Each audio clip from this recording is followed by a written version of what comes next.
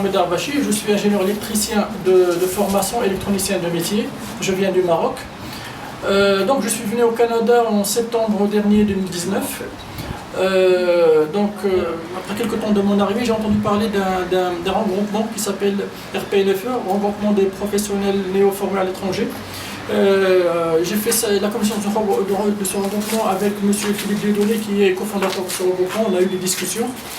J'ai trouvé ces idées très intéressantes parce que le but de ce regroupement, c'est de regrouper les gens formés à l'étranger, parce que comme j'ai dit au départ, lorsqu'on vient la première fois, on ne connaît rien, c'est-à-dire on n'est pas sûr que nos diplômes soient reconnus, des choses comme ça. Donc un des buts de ce regroupement, c'est de faire reconnaître nos compétences vis-à-vis des autorités, c'est-à-dire faire du lobbying, faire des actions vis-à-vis des autorités.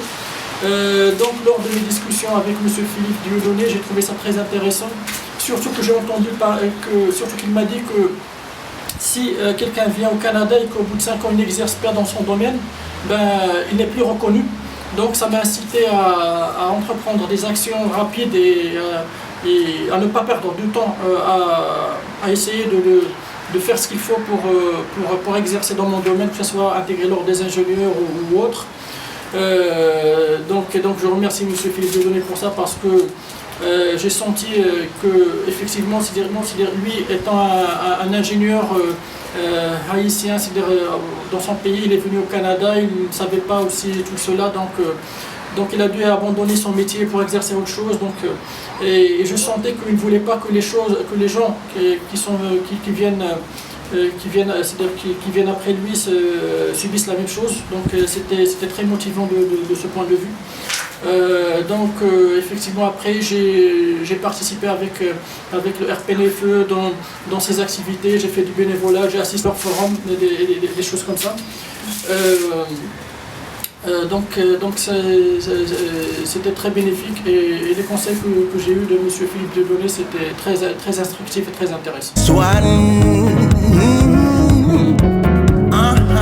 Est-ce que vous pouvez donner plus de détails sur votre application à l'Ordre des ingénieurs du Québec? Oui, au départ j'avais le choix et j'hésitais entre appliquer pour l'Ordre des ingénieurs du Québec ou l'Ordre des ingénieurs de l'Ontario.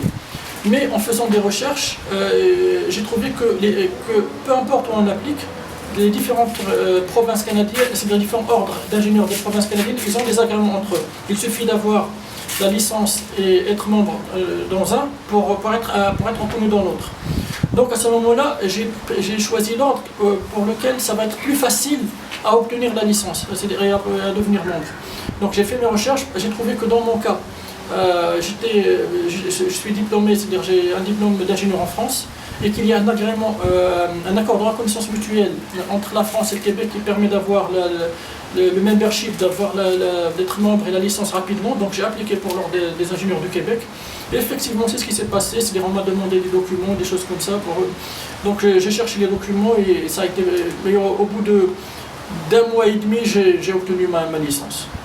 Et maintenant, même si j'ai besoin maintenant c'est-à-dire d'être membre de l'ordre des ingénieurs de l'Ontario, je peux demander un transfert ou des choses comme ça. Ok.